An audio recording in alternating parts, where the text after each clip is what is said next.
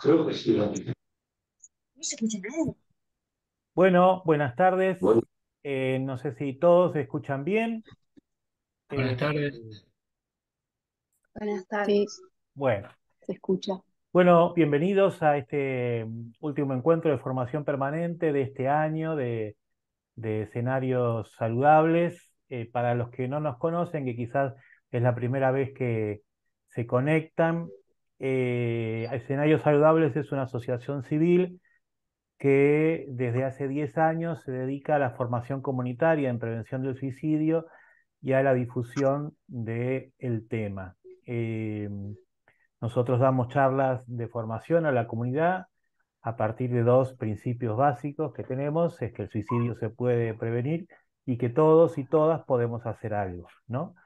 eh, Como un complemento o un apoyo de lo que es la ayuda profesional de un profesional de la salud, psicólogo, psiquiatra, pero la comunidad también tiene un lugar importante en todo este trabajo de prevención. Ya estoy, sí. Eh, Aparte de las charlas que damos, tanto vía presencial como por Zoom, eh, también tratamos de generar estos espacios de formación permanente, invitando a distintos profesionales que generosamente nos ofrecen eh, su sabiduría, su saber, su experiencia,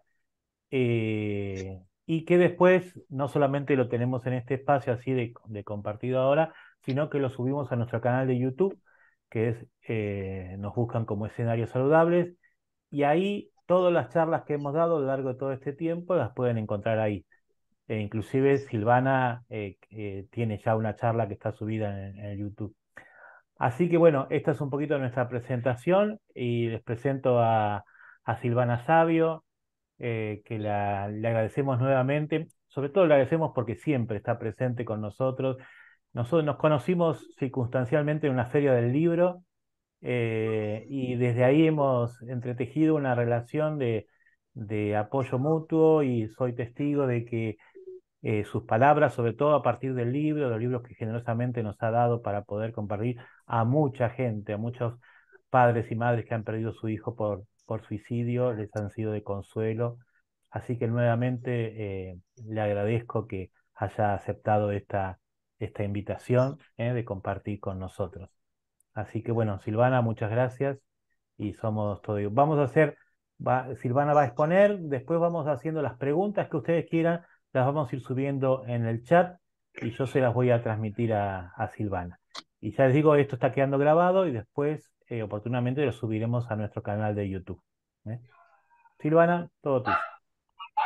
Hola, buenas tardes. Bueno, qué bueno todos los que pudieron asistir en vivo y podrán hacer sus preguntas si lo creen necesario. Bueno, vamos a hablar específicamente del duelo por suicidio. ¿Y Las qué es el duelo cadenitas, por no, tampoco suicidio? sabía cuál te iba a gustar. No sabía si iba a decir, no, está ¿Alguien horrible. Ahí tiene va. abierto el audio? Ahí está. ¿No? Ahí está. Bueno, eh, le puse una pregunta como título. ¿Estoy teniendo un duelo complicado? Entonces, para llegar a saber si alguien está teniendo un duelo complicado, vamos a empezar viendo qué sería entonces un duelo no complicado o un duelo normal, entre comillas. Antes de eso me querría presentar porque yo no sé si todos saben cómo yo llegué a ocuparme de este tema. Hace más o menos 20 años, viviendo en Estados Unidos, en Argentina se suicidó un amigo muy, muy cercano, muy, muy querido de la familia. Y como yo no estaba en Argentina como para poder brindar apoyo a los que quedaron, es decir, a su esposa y a los hijos, me acerqué allí en Estados Unidos a una ONG que trabajaba con prevención del suicidio y dije exactamente esto. Quiero hacer algo para ayudar a otras personas que hayan quedado, que sean familiares de alguien que se suicidó, a quien yo pueda brindarme ayuda, en una forma de brindar la ayuda a esta gente de Argentina. Justo ahí cerca de donde yo vivía había quedado un grupo de apoyo de familiares de muerte por suicidio que había quedado sin coordinación y estaba cerrado hace 2 meses. Me dijeron si lo quería coordinar. No tenía ninguna experiencia con el tema. Y así, sin siquiera formación, sin darme pauta, sin nada, al miércoles siguiente fui al grupo de apoyo. Y seguí yendo cada 15 días, durante años. Y fui aprendiendo de la experiencia, de lo que escuchaba. Fui nutriéndome de todo ello y en algún momento dije, yo quiero formarme como para poder brindarle mejor ayuda. Porque si bien yo tenía todos mis estudios de psicología, pero no específicamente en duelo y duelo por suicidio. Entonces, a partir del grupo de apoyo me fui formando como para poder brindar mejores herramientas de ayuda. En algún momento, después de casi 20 años de estar con los grupos y con formación, decidí escribir el libro, los que quedaron, para que la ayuda pudiera llegar a muchas más personas, para que no se circunscribiera solamente a los que podían asistir a los grupos o a los que me consultaban. Y ese fue el objetivo del libro, volcar allí mi experiencia y mi formación de tantos años para que llegara a más personas. Así es como estoy hoy con ustedes para hablarles de estoy teniendo un duelo complicado. Cuando estaba haciendo la difusión de esta charla en las redes, me escribe por privado una mamá, una madre, que su hijo se suicidó y me dice, pero qué duelo no es complicado cuando uno pierde a un hijo por suicidio. Me pareció muy, muy buena su pregunta y entonces querría empezar con respondiendo eso. Porque también otra cosa que recibí mucho en las redes a través de la difusión fue, si yo no soy padre o madre, soy hermana, soy cuñado, soy otro familiar, ¿me servirá también la charla? Sí, sí, claro que sí, sirve para todos. El libro yo lo dirigí a padres y madres y en general todo lo que hablo lo dirijo a padres y madres. ¿Por qué? Porque ya de por sí el perder un hijo hace que el duelo tenga características especiales. No venimos preparados para perder un hijo. No es lo que está en nuestros planes perder un hijo. Sí será que se mueran nuestros padres, amigos, otros familiares, pero no está en nuestros planes que se muera un hijo. Eso ya lo hace un duelo especial. Y el duelo por suicidio tiene características que también hace que sea especial. En el caso de padres y madres se suma entonces que pierden un hijo y que es por suicidio. Pero lo que hablamos sirve para todos. Los padres y madres van a encontrar características específicas, pero el resto de las características del duelo por suicidio sirve para todos los otros familiares. Y ahora vamos a la pregunta, ¿qué duelo por suicidio no es complicado? Pues vamos a hacer una diferenciación entre la palabra complejo y la palabra complicado. Y para eso pensé una situación de todos los días. Uno puede tener una idea de cómo se va a desarrollar el día, organizar distintas actividades, organizar, por ejemplo, una reunión a las 3 de la tarde. Después el día se va desarrollando con contratiempos, con traspieces, con demoras, con inconvenientes, y resulta que son las 3 menos cuarto y nos damos cuenta de que no vamos a llegar a la reunión de las 3. Entonces, ¿qué hacemos? Llamamos por teléfono a la persona que a las 3 iba a estar esperándonos y le decimos, hola, mira, ¿sabes qué? Discúlpame, no voy a llegar a la reunión de las 3. Se me complicó el día. ¿Y ese qué quiere decir se me complicó el día? Quiere decir que no salió como uno esperaba, que nos encontramos con todos esos inconvenientes y traspieces. Eso mismo quiere decir que el duelo está complicado. Es decir, no se fue dando el proceso como esperábamos. Surgieron inconvenientes, traspieces, demoras, y el duelo se complicó. Creo que se entiende, ¿no? Y ahora vamos a ir a por qué el duelo por suicidio siempre es un duelo complejo, aunque no siempre complicado. El duelo por suicidio es complejo porque tiene características particulares que no tienen otros duelos. Por ejemplo, que la víctima, el que muere, es también el victimario, es decir, el que se causó la muerte, con todo lo que eso implica. en una enfermedad, en un accidente, en otras circunstancias, uno pone la bronca, el enojo, todo un montón de emociones en lo que causó la muerte, ya sea la enfermedad, quien causó un accidente, o incluso Dios, tantas veces. Pero en el caso del duelo por suicidio, el que muere es el que se causó la muerte. Otro punto que hace que el duelo por suicidio sea complejo es la culpa que sienten los que quedaron. Culpa o responsabilidad.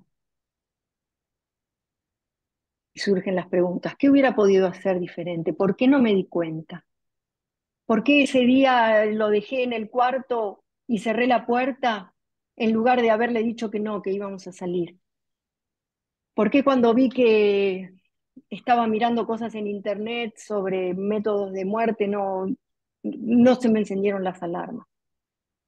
E incluso a veces cuando las personas ni sospechan de que el otro podía pensar en suicidarse o que la otra persona podía pensar en suicidarse, aún así siempre encuentran algún punto donde, ¿y si yo hubiera hecho esto distinto? Y otro punto que lo hace complejo es que por el tema tabú, digamos, por el estigma que hay sobre el suicidio, que por suerte a partir de la pandemia veo que eso está visibilizándose más, pero sigue siendo un estigma y una dificultad hablar del tema suicidio. Entonces, las personas que quedan reciben un menor apoyo social. Esos tres puntos específicamente hacen que sea un duelo complejo. ¿Y cuáles serían las características de un duelo normal, normal entre comillas, porque siempre digo que la persona es única, las circunstancias de cada persona son únicas, entonces el duelo es único. Pero aún así podemos encontrar ciertas características, ciertos parámetros que se repiten, que se van a repetir de manera distinta en cada persona única, pero podemos mencionar ciertas características generales. El dolor intensificado, el dolor que cualquiera puede sentir por cualquier duelo, pero intensificado por la violencia de lo que implica atentar contra la propia vida. Y a veces las formas de muerte son muy, muy violentas. Eso genera en nuestro cuerpo, genera en nuestro cerebro un impacto, la violencia genera un impacto que hace que el dolor del duelo sea más intenso. La culpa, como ya mencionamos. El estigma asociado al suicidio. Incluso hasta hoy, y se los digo porque hasta hoy he escuchado, hay algunas circunstancias de personas religiosas a quien el superviviente va a buscar consuelo y lo que recibe es una reprimenda por no haber sido buen padre, buena madre o en lo que sea, o incluso una negativa a que la persona pueda ser enterrada en un determinado cementerio. Y eso que parece algo que podría ser del siglo pasado, todavía recibo esos comentarios hasta hoy. Dificultad para aceptar que fue un suicidio. Eso también es una característica. Hay veces donde hay sobredosis de drogas, que a la persona, a los familiares, vamos a decir familiares, así no tengo que hacer diferencia entre quienes, digamos familiares, a los familiares les cuesta aceptar que esa sobredosis puede haber sido intencional para quitarse la vida. Y se dicen a sí mismos, no, fue sin querer, no quería, se pasó, no era su intención. Quizás algunas veces sí podrá ser que no era su intención y se pasó, pero otras tantas veces no, la sobredosis era con la intención de quitarse la vida. Otra característica que lo hace complejo es entender por qué, por qué. La pregunta del por qué lo hizo, por qué no me consultó, por qué si se lo veía tan bien, por qué no pidió ayuda, por qué no tomó la medicación que debía haber estado tomando. Y todas las hipótesis que se pueden barajar como respuesta a esa pregunta. Pero la certeza no está nunca. Otra característica que hace el duelo complejo es sentirse rechazados o abandonados por el entorno. Tantas veces escucho, no me llaman, no vienen, no están para ofrecerme apoyo. Cuando les digo que mi hijo o mi hija se suicidó, en cuanto pueden, ya no aparecen más.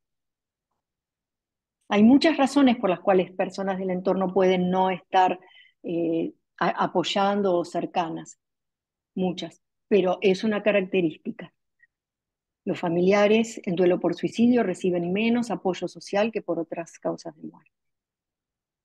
Otra característica es deseos de unirse a la persona que murió.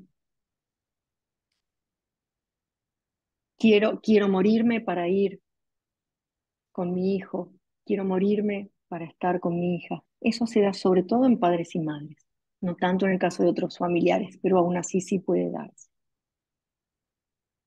Síntomas físicos y emocionales que duran por meses o por años. Y esto es en relación a lo que les dije a la violencia de la muerte. Es una muerte traumática, entra dentro de lo que son muertes traumáticas por la violencia de lo que implica atentar contra la propia vida. Entonces, el familiar que queda se ve impactado por ese trauma y sus síntomas físicos y emocionales duran mucho más tiempo que lo que duran en otro tipo de duelos.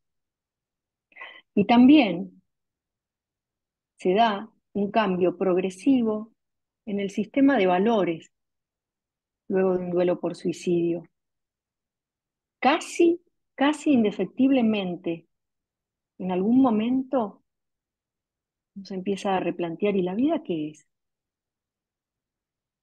¿Hay derecho? ¿No hay derecho con la propia vida?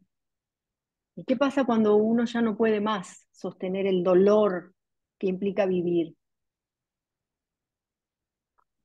Todas esas preguntas que se van a lo largo del tiempo de manera más consciente o menos consciente, pero que se le van dando vueltas en la cabeza, hace que se replantee el sistema de valores. Todas estas son las características normales, habituales de un duelo por suicidio. Y entonces, ¿cuáles serían las características de un duelo que se complicó? Porque alguien puede decir, yo siento todo esto que acabamos de enumerar y otras tantas más. Una cosita más también que quería aclarar. Que aquí quizás algunas de las personas que haya sean las que están llevando el propio duelo, ¿no? Que lo están transitando por mayor o menor tiempo, pero también puede haber muchas personas que no estén duelando, pero que sí quieran escuchar y participar porque están cerca de alguien que sí está en duelo por suicidio. Y eso es importantísimo, poder asistir y escuchar de cuáles son las características de un duelo por suicidio, porque van a estar más preparados para acompañar. Y sobre todo, van a estar preparados para decirle a la persona, si ustedes ahora identifican que esa persona cercana a ustedes está transitando un duelo complicado, van a poder decirles, porque ¿qué pasa? Cuando alguien está transitando un duelo complicado, a veces no es sencillo decir, ah, sí, el duelo mío se complicó. Uno está sumido en ese dolor y en todas esas emociones y circunstancias y puede no darse cuenta. Y el que lo puede ver de afuera puede ser la persona que diga, me parece que podríamos evaluar que aquí el proceso de duelo se trabó, se bloqueó, no fluye y está siendo complicado. Entonces, ¿cuáles serían esas características de que el duelo se complicó? Principalmente el tiempo transcurrido, que no hay un tiempo que uno dice, es un año, son 2 años, no. Es el tiempo transcurrido y la intensidad de lo que se siente, que no puede no haber disminuido, o hasta incluso se puede haber intensificado el dolor, la desesperación, la culpa. Entonces esa conjunción de lo que es tiempo e intensidad de lo que se siente. Y también la imposibilidad de estar funcionando en la vida cotidiana. Porque en un principio, cuando todavía lo que hay es un estado de shock por lo que sucedió, es normal y esperable de que una persona no pueda funcionar en su vida cotidiana. Pero a medida que va pasando el tiempo y se va pudiendo aceptar la pérdida, trabajar con ciertas emociones, ir respondiéndose preguntas, es de esperar que la persona familiar pueda empezar a incorporarse nuevamente en su vida cotidiana, con dolor. No estamos hablando de que el dolor no exista, pero aún así, con dolor, puede ir incorporándose a su vida cotidiana. Pero si el tiempo pasa, los años pasan y la persona no logra funcionar en su vida cotidiana, también es un síntoma de que el duelo está complicado. Entonces, lo que persiste en el tiempo y en intensidad es la incredulidad persistente. No puedo creer que María murió.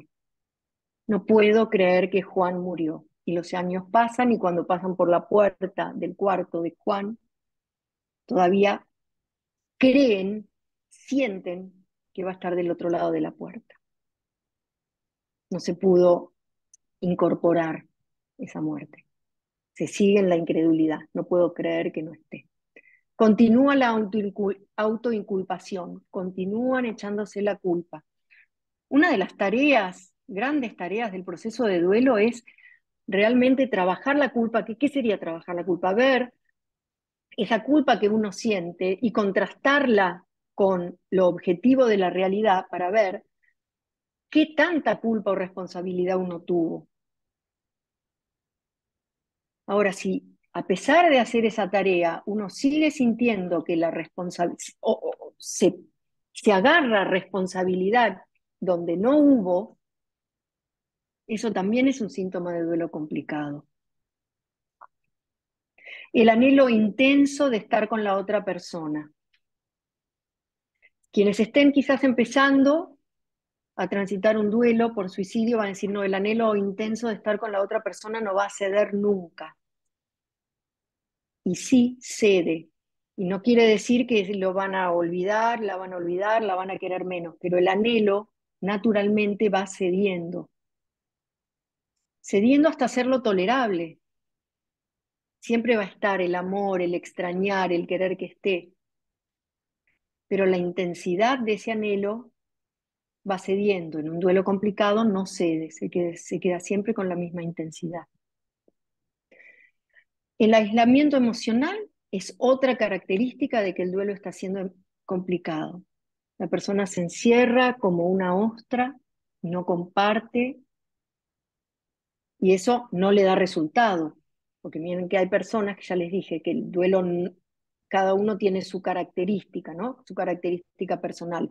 Hay personas que naturalmente salen a hablar, a compartir, a buscar apoyo. Hay otras personas que se encierran en sí mismas. Una característica que suele ser más vista en los varones. Se abocan a una actividad, se abocan al trabajo, se abocan a trabajar en el motor del auto, van a correr, enfrascados en ellos mismos. Ahora, si eso da resultado, está bien. Ahora, si eso no da resultado porque persisten estas otras características de que voy hablando y la persona cada vez está más enfrascada en sí mismo sin compartir, eso es también una muestra de un duelo complicado. La sensación de vacío y falta de sentido que se prolonga en el tiempo, que se prolonga en el tiempo. Hay una pérdida de interés en la vida, una imposibilidad de planificar a futuro, porque la vida no tiene sentido sin esa persona que falleció. Y estas características que al comienzo del duelo serían consideradas como esperables, esto prolongado en el tiempo, y cada uno será su tiempo, prolongado a lo largo de los años, demuestran que el duelo no está avanzando, que está trabado. Y el último punto, que es el de la identidad fragmentada, que esto se da más que nada en los padres y madres. Al morir el hijo, ¿quién soy? ¿Quién soy ahora sin este hijo? ¿Quién soy ahora sin esta hija? Y no encontrar, porque una de las tareas del duelo por suicidio, sobre todo en padres y madres, es reconstruir la identidad propia. Ahora, cuando no se puede reconstruir esa identidad propia y el fallecimiento del hijo o hija dejó en un ya no sé quién soy, y eso se prolonga sin poder reconstruirse, demuestra también que es un duelo complicado.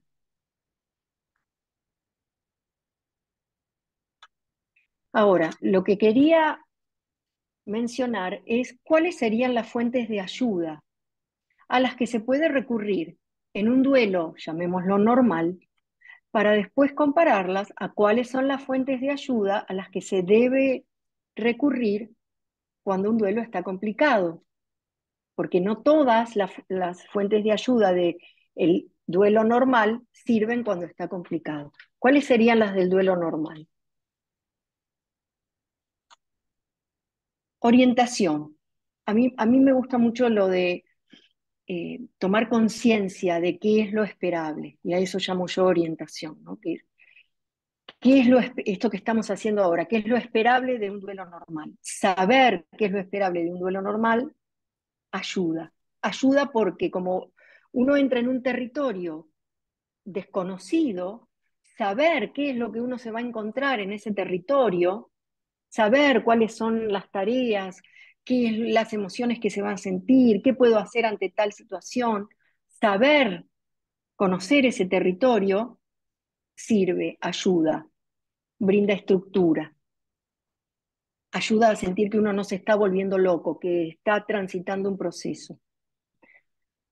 El apoyo social es otra fuente de ayuda importantísima en el duelo normal.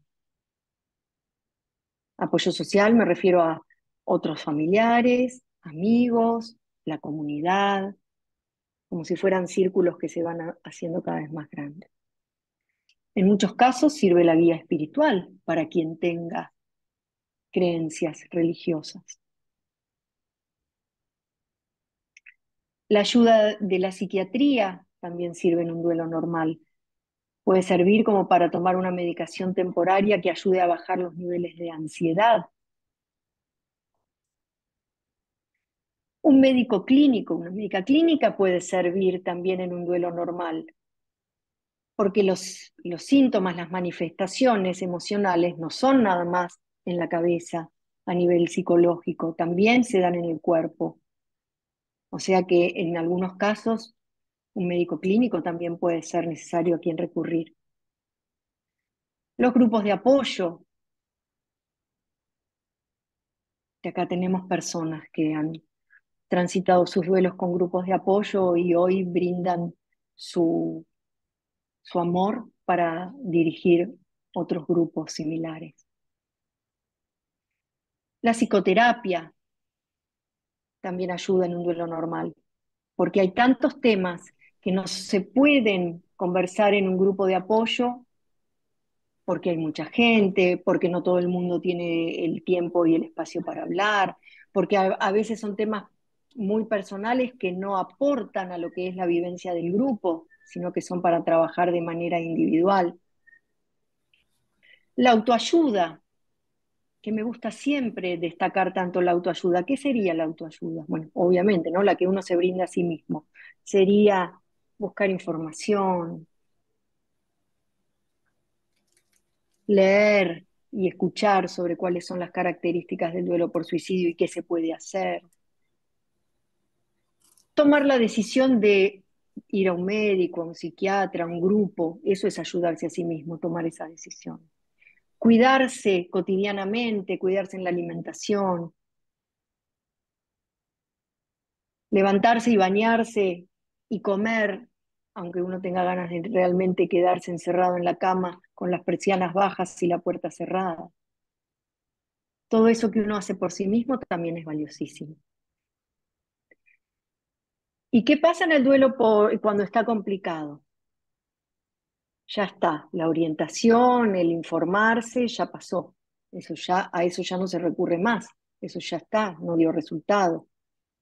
El apoyo social, y seguramente los del entorno brindaron todo lo que podían brindar y ya no están pudiendo hacer más nada por la persona. La guía espiritual probablemente también ya se agotó frente a un duelo complicado. También el grupo de apoyo, porque si todo eso seguiría dando buenos resultados, el duelo no se hubiera complicado. Si todavía se pudiera sacar más ayuda de ahí. ¿Y qué es lo que queda entonces en un duelo complicado? Yo pondría como número 1 la ayuda médica, porque ante un duelo complicado no es cuestión de fuerza de voluntad. Tengo que ser fuerte, tengo que seguir adelante, tengo que intentarlo. No, cuando el duelo está complicado ya la fuerza de voluntad no alcanza. Cuando el duelo está complicado, generalmente hay algún desbalance en la cabeza con los neurotransmisores que hacen que el efecto del trauma no pueda bajar, que hace que la persona haya pasado de una desesperación y una tristeza enorme a una depresión. Y esos casos, depresión, activación del cerebro por el trauma, no se sale adelante con fuerza de voluntad. De la depresión no se sale con la fuerza de voluntad. Entonces, como primer punto de ayuda en un duelo que uno identifica como complicado o que alguien de afuera le viene a decir, ojo, que esto está complicado, lo primero es la ayuda médica. Yo sé que mucha gente es reacia a ir al psiquiatra, porque a veces digo, convendría llamar a un psiquiatra, convendría que ahora cuando terminamos de hablar, llames al psiquiatra. Y la gente es reacia. Entonces les digo, bueno, el médico clínico, el médico al cual recurran normalmente, el médico va a estar capacitado de orientarlos.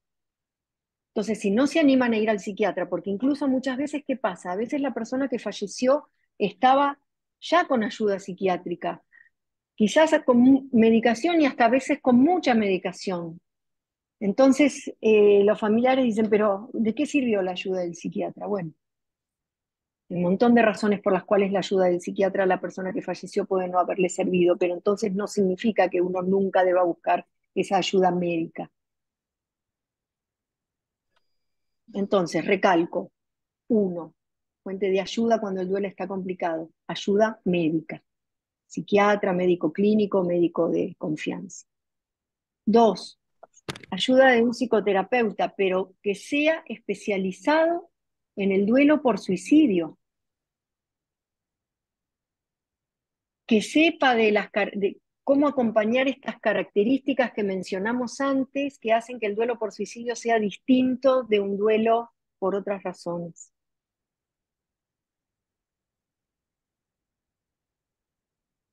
Y la autoayuda. La autoayuda para tomar decisiones. La autoayuda para reconocer que uno necesita la ayuda externa. La autoayuda para no perder la esperanza, porque el tiempo pasó, porque las fuerzas disminuyeron, porque la esperanza de que uno iba a poder estar mejor también decayó con el paso del tiempo. Entonces, la autoayuda para continuar ocupándose de uno de la mejor manera que se puede. Y lo que voy a dejar como pregunta para que después vayan compartiendo si quieren en los comentarios es, de todas estas fuentes de ayuda que mencioné, ¿no? Tanto en el duelo normal como en el duelo complicado, ¿hay alguna ayuda que a ustedes les haya servido que no mencioné? Porque eso sí puede ayudar a todos. Alguna fuente de ayuda que no estemos considerando. O sea que les voy a agradecer si lo van poniendo en los comentarios, si alguna no ayudó. Si sí los efectivamente ayudaron de las que mencioné, bueno, no hace falta que lo pongan. Pero si ustedes recurrieron a alguna ayuda o encontraron algo que no mencionamos, por favor, les agradezco si lo comentan. Entonces, haciendo una síntesis de cuáles serían las ayudas a las que recurrir en un duelo complicado, porque esta es la parte que más me interesa que quede claro, ¿no? Un médico clínico de confianza, psiquiatra o neurólogo, una psicoterapia especializada y la autoayuda integral, cuidar el cuerpo, el ejercicio, la alimentación, el sueño.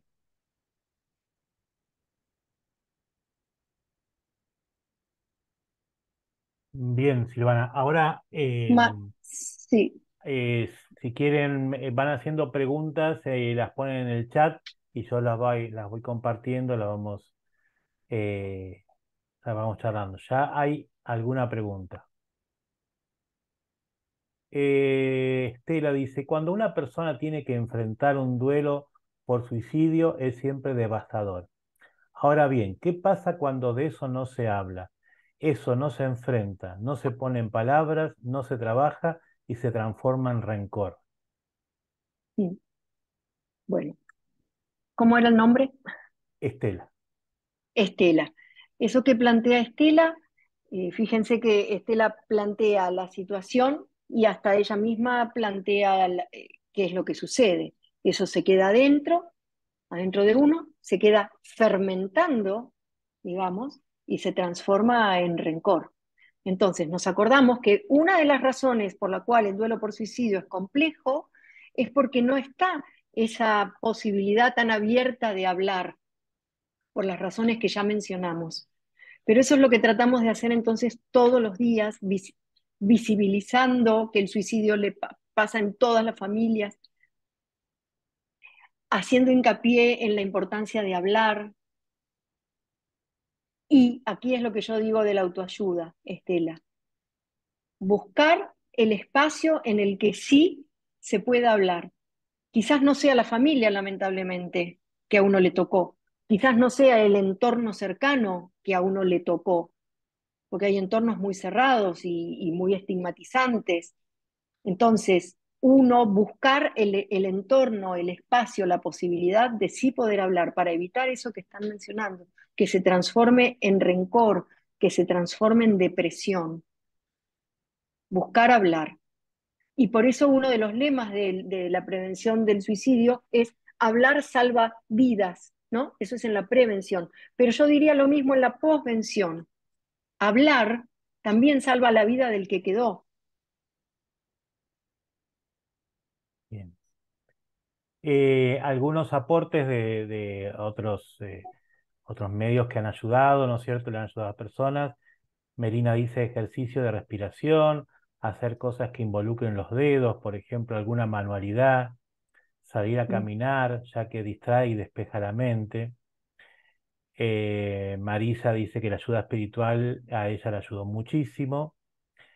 Eh, Otra cosa, Ceci dice que la ayuda, por lo menos en lo personal, son los medios artísticos como expresión. A veces las palabras no alcanzan. Eh, Y Fernando dice ayuda tanatológica. Ujú. Y después, esos son aportes, ¿no? Eh, Preguntan, por ejemplo, si la autoayuda, como hacer actividades como algún club, deporte, yoga, eso sirve. ¿Eh? Eh, Rosa pregunta, yo me refugié en la iglesia, mi duelo comenzó el 26 de noviembre.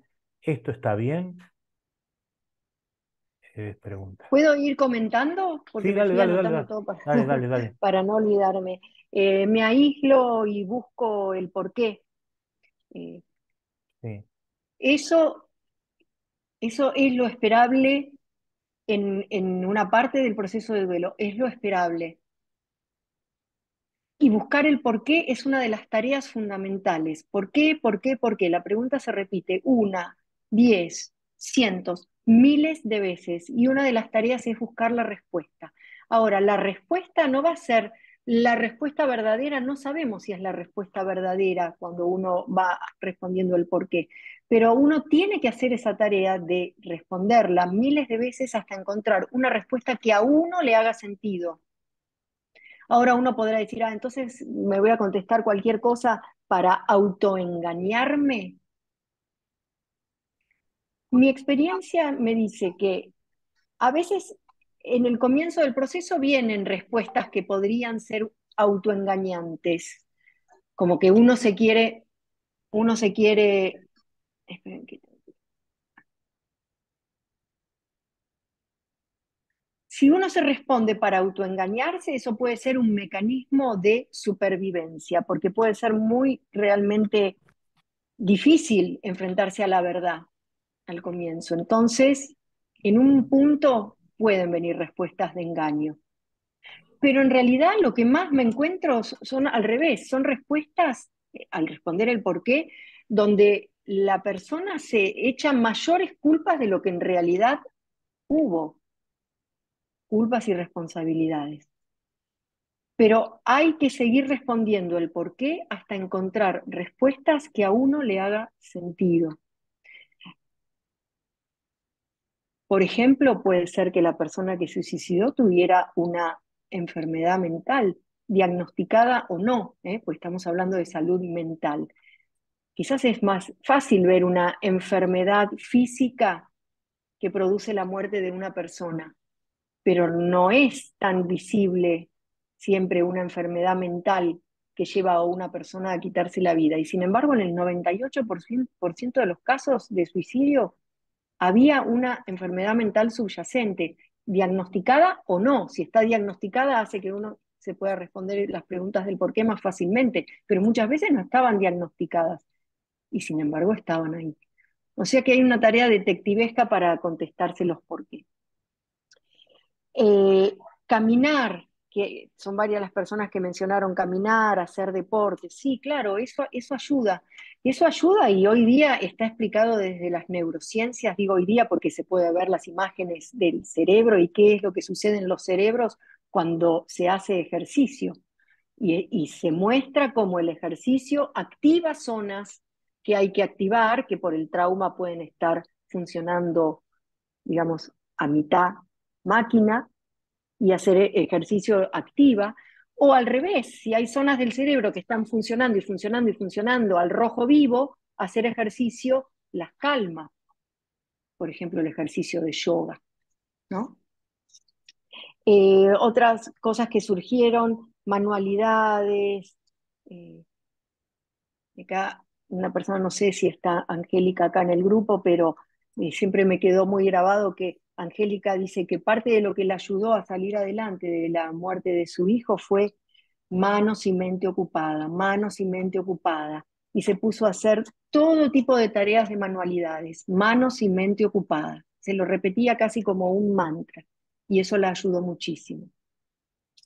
Eh, Alguien también dijo algo muy interesante, hacer actividades artísticas, no sé, pintar, cerámica, todo lo que no implique la palabra también sirve, porque hay un lenguaje simbólico en la música, pintura, bueno, un lenguaje simbólico es tan complejo lo que se está experimentando interiormente, que quizás la dificultad es en poner esa complejidad en palabras, y en cambio, en una actividad artística surge en un lenguaje simbólico que brinda alivio.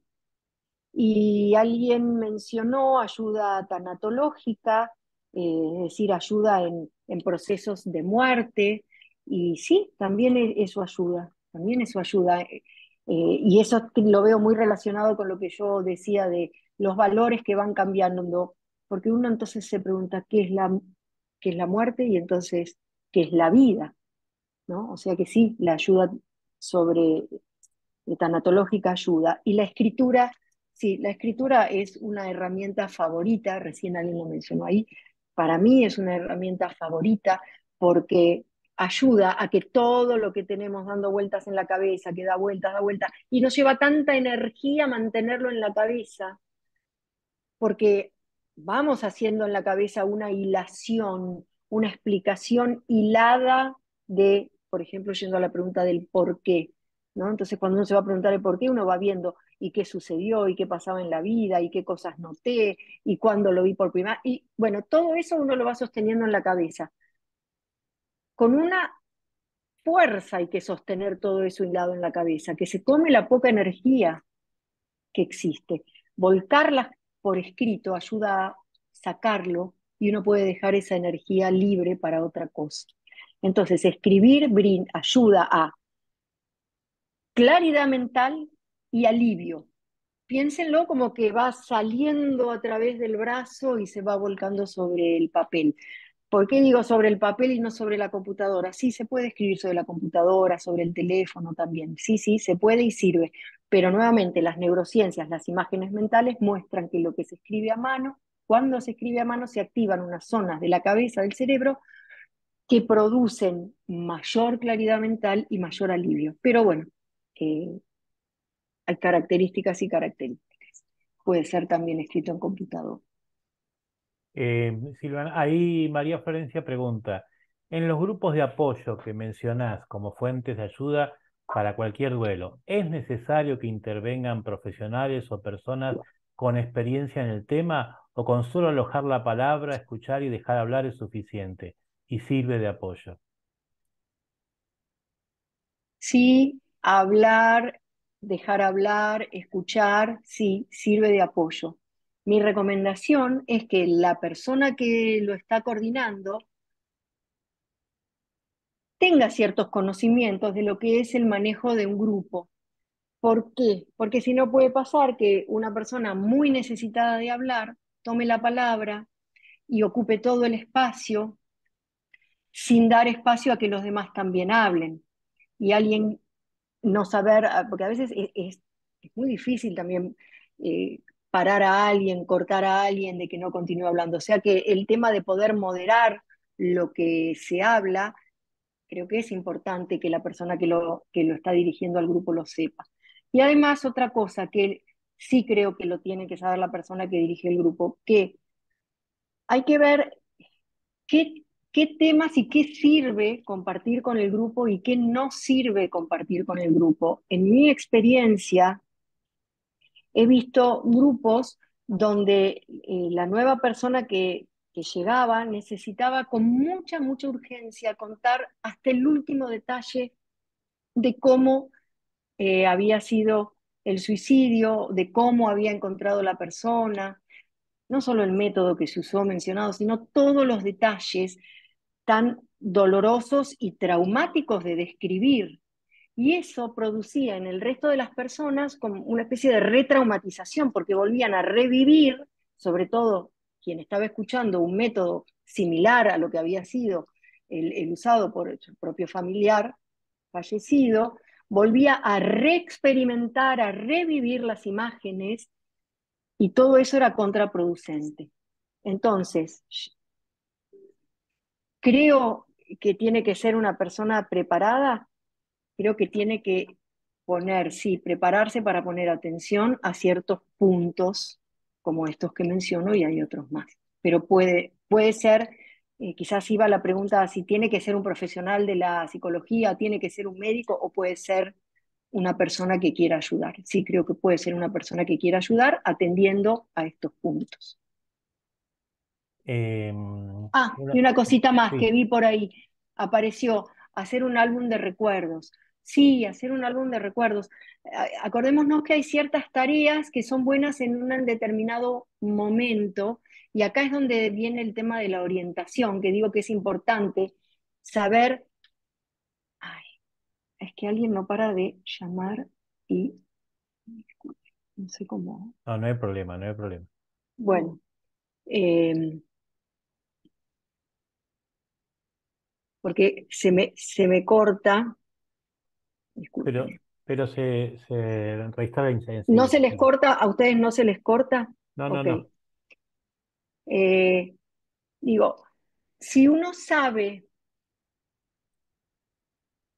cómo hay que ir recorriendo el camino, vas a ver que el álbum de recuerdos es una muy buena tarea ya en un punto más avanzado del proceso de duelo.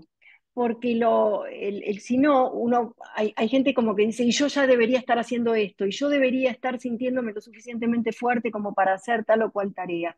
No, no es así. El proceso de duelo tiene tareas para hacer, pero que hay que ir acomodándolas a lo largo de ese proceso que se va desarrollando. Entonces, el álbum de recuerdos es muy bueno cuando ya se pudo avanzar en un cierto punto del proceso. Em, Te preguntan también, ¿qué hay de cierto que cuando el que desea suicidarse no avisa, hay síntomas de que la persona va a llegar al suicidio? Y algunas veces sí y algunas veces no. Bien, He estado con padres y madres cuyo hijo les hablaba ya desde hacía tiempo de que no quería vivir más. Y hasta los preparaba y les decía, yo les pido por favor que cuando yo no esté más, ustedes sigan viviendo, porque no se trata de mi amor hacia ustedes, sino de que yo no puedo tolerar más esta vida. Y en lugares, en el polo opuesto, el que nunca, jamás imaginó que ese familiar podría suicidarse, no dio ningún indicio. Y aunque lo mire, investigue, piense y rememore paso a paso todo el pasado, no vio absolutamente ningún indicio. bien. Aquí Cecilia pregunta, después del suicidio de una joven, su hermana manifiesta que también se quiere morir. ¿Es una señal de alarma en relación al suicidio o forma parte de un duelo Sí, complicado? ¿Qué variables se deben tener en cuenta? primero tomarlo como una señal de alarma. Siempre si alguien manifiesta que no quiere vivir más, hay que tomarlo como una señal de alarma. Mm, Ahora, eh, recordemos que el duelo complicado es cuando a lo largo son síntomas, signos que se siguen manifestando a lo largo del tiempo. Entonces, si esta hermana lo manifiesta inmediatamente, sí, hay que tomarlo como una señal de alarma, porque son tantas las razones por las cuales puede ser, no sé, acá vemos otra vez, ¿no? Cada caso es particular. Puede ser que extrañe tanto a su hermana, se da mucho en el caso de mellizos, gemelos, que desea también morirse. Puede ser que haya algún problema mental que se da en una y que se da en otro. Hay problemas mentales que se dan en la familia. Hay circunstancias de un entorno familiar que puede generar disturbios mentales. Entonces, si lo generó en uno, puede ser que lo genere en el otro. También lo que suele suceder es que a veces en una familia una persona toma la decisión de suicidarse o lo hace sin tomar la decisión porque a veces puede ser un impulso donde no media ninguna decisión, sino que es un impulso, pero es como que abrió la puerta a que eso, quitarse la vida, es una alternativa para salir de la desesperación, por ejemplo. Entonces otros familiares pueden decir, esta puerta existe. como que esa puerta de decir quitarse la propia vida de golpe se ve, cuando antes quizás no se consideraba. Entonces, para ser bien concreta, ¿hay que tomar como señal de alarma cuando alguien dice que se quiere quitar la vida? Sí, hay que tomarlo como una señal de alarma. Preguntan, ¿cómo se pasa estas fiestas en familia y en especial con menores? ¿Alguna recomendación? Y bueno, aquí sí, el tema de las fiestas es un tema complejo por toda la carga emocional del inconsciente colectivo de lo que implica las fiestas para estar en familia, las fiestas para estar todos juntos, y la ausencia se nota. Una ausencia que puede doler interiormente cualquier otro día, cuando uno se reúne a nivel familiar, la ausencia se nota. Y ahí también va a ser muy distinta las circunstancias de si se hablaron las cosas, si se sabe que la persona falleció por un suicidio o no. O sea que es muy particular cada caso, pero sí saber que el tema de las fiestas es un momento doloroso. Si es la primera vez que la persona no está, porque hay que enfrentarse a eso, porque hay que enfrentarse a que sea la primera vez que la persona no está. Eso sería en cualquier duelo, ¿no es cierto? Las fiestas ante cualquier duelo son un tema doloroso, y en el caso del duelo por suicidio va a depender de si se pudo hablar de que fue suicidio o no. María Florencia pregunta, ¿qué estrategias nos podés brindar para realizar el trabajo de prevención en adolescencia? Y aquí es lo que siempre hablo con Marcos y le digo, eh, en el tema del suicidio tenemos la prevención y la posvención. Hay profesionales, gente muy buena ayudando en todo lo que es la prevención, es decir, para evitar que el suicidio suceda. Yo me focalizo en ayudar a los que quedaron luego del suicidio. Y si bien habría algunas pautas para darles, yo creo que realmente Marcos hace un excelente trabajo, siempre invitando a personas que puedan volcarse y hablar específicamente de la prevención del suicidio, y encima algo tan particular como en adolescentes, ¿no? Mm, Bien, creo que no quedó ninguna. No sé si alguien más eh, quiere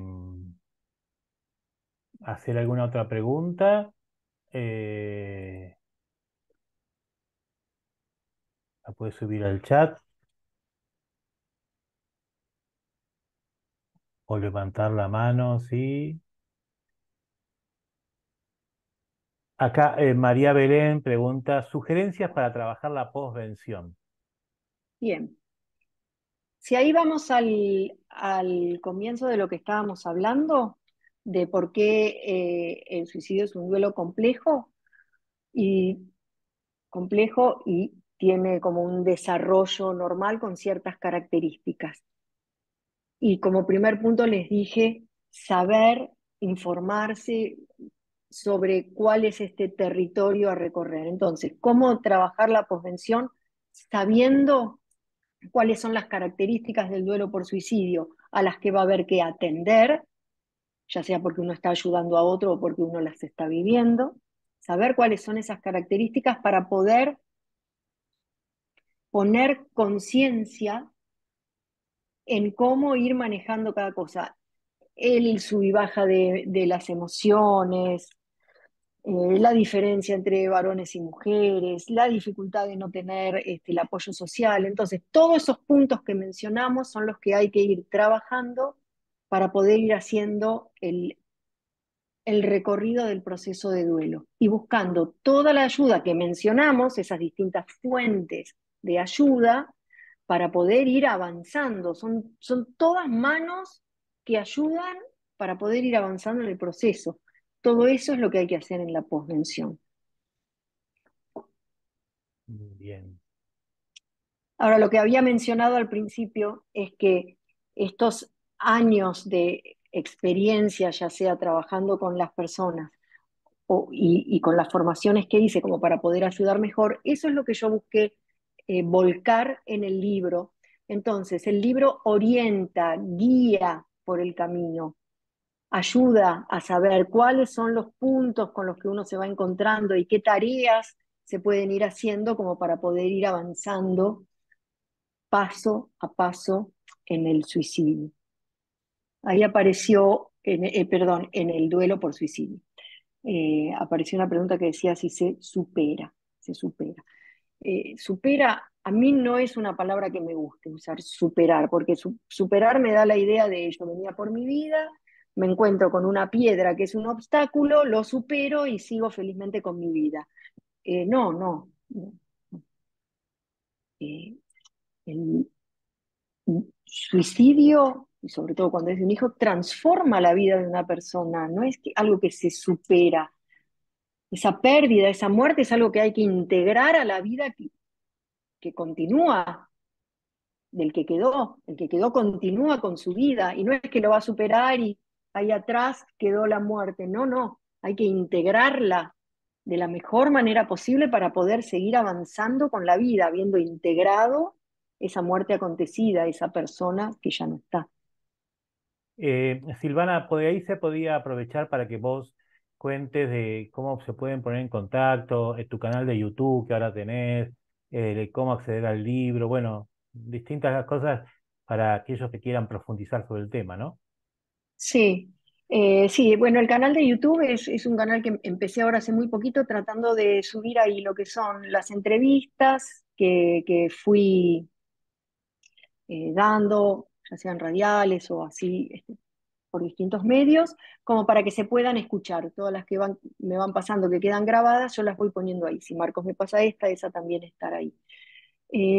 Luego, el Instagram traté de hacerlo, estoy tratando de hacerlo como un centro que reúna todo, donde ahí esté toda la información. Entonces, quien se maneje con Instagram, que sé que no son todos, ahí van a poder encontrar información sobre número de teléfono, mail, links de acceso al libro físico o al ebook. Eh, si no, me pueden ubicar en el mail, me pueden mandar mail. El mail es silvanasavio.dra, de doctora, @gmail.com. Silvana va con B corta, Savio va con B corta. silvanasavio.dra@gmail.com. O sea que digamos, en el canal de YouTube encontrarán mis datos, en Instagram Silvana A. Sabio encontrarán mis datos. Ahí está, ahí lo subió, Marcos lo subió, perfecto. Así es como me pueden ubicar, me pueden escribir al mail también. Bueno, Silvana, te agradecemos mucho la deferencia, tu continua presencia en nuestras actividades también. eh, Siempre es muy importante y bueno, como estas charlas siempre son como una puerta abierta a profundizar sobre los temas, ¿no es cierto? Sí, Es claro. lo que se intenta. Así que, bueno, todos los que estamos aquí te agradecemos y para terminar, yo les voy a mostrar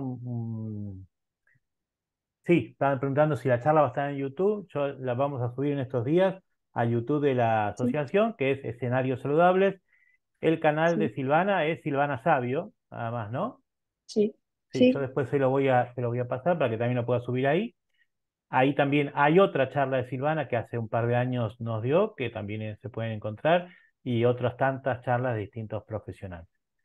Eh, y bueno, agradecerle nuevamente, Silvana, muchas gracias. Que te tenemos por acá, por Argentina, ahora, así que tengas, no es el mejor momento para estar por acá, pero bueno, que tengas una buena estadía hasta que tengas que volver a tu casa.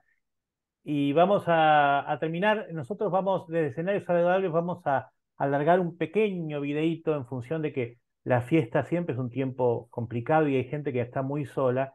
Siempre tratamos de invitar a estar atentos a los que están un poco más solos para brindarles un poco de esperanza. Así que vamos a terminar con ese videito. No sé si Silvana querés decir algo más. No, quería agradecer a todos, todas sus preguntas y comentarios muy interesantes y solamente recordar como un recurso más que orienta en lo que es el proceso el tema del libro, porque sirve como guía para, como vos dijiste, después profundizar sobre cada cosa, pero sirve como una valiosa guía. Muy bien.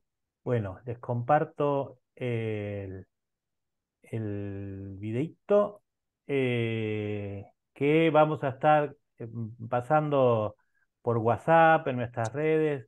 Lo pueden tomar y compartir todos los lugares que quieran, ¿eh?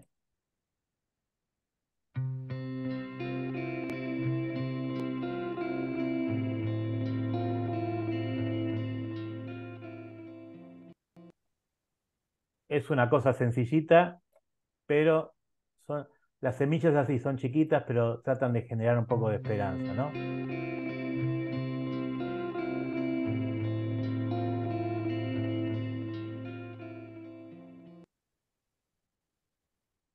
Bueno, gracias a todos y nos veremos ya a partir de febrero, de marzo, retomaremos con las charlas, aunque nuestras actividades no paran, pero las charlas por Zoom trataremos que sean en febrero o en marzo.